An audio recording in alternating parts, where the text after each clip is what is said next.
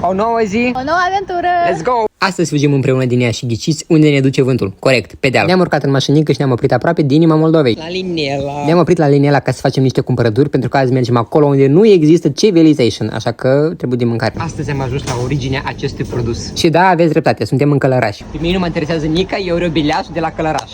Bună ziua! Știți cumva dacă cineva prin gară găsesc bileașuri? Și-ți găsești? Bileaș. Bine, să mai încolo. La ploseată cu... Da, și? Bileaș, trebuie să și bureșe, cu carne. Dacă nu găsim bileaș la piață, după ce am mers jumătate de oră prin soare, o să mă transform eu în bileaș. Aveți bileaș cu carne?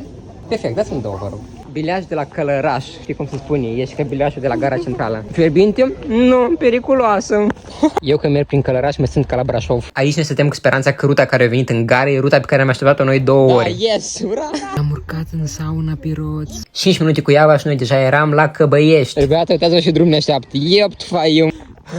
Nu degeaba locurile frumoase sunt greu accesibile. Drumul lin de aici la va. Sper să o luăm pe arătură. La orizont se vedea cabana și Marta era cea mai fericită. Să n-aud că mă întrebați unde ne aflăm weekendul ăsta, că vă dau una cu GPS-ul. Vă spun o dată, ascultați. Ne aflăm la cabana la Răducu, în satul Căbăiești, la poalele dealului Bălănești, cel mai înalt punct din Moldova. Trebuie să salvezi și tu locația asta splendidă.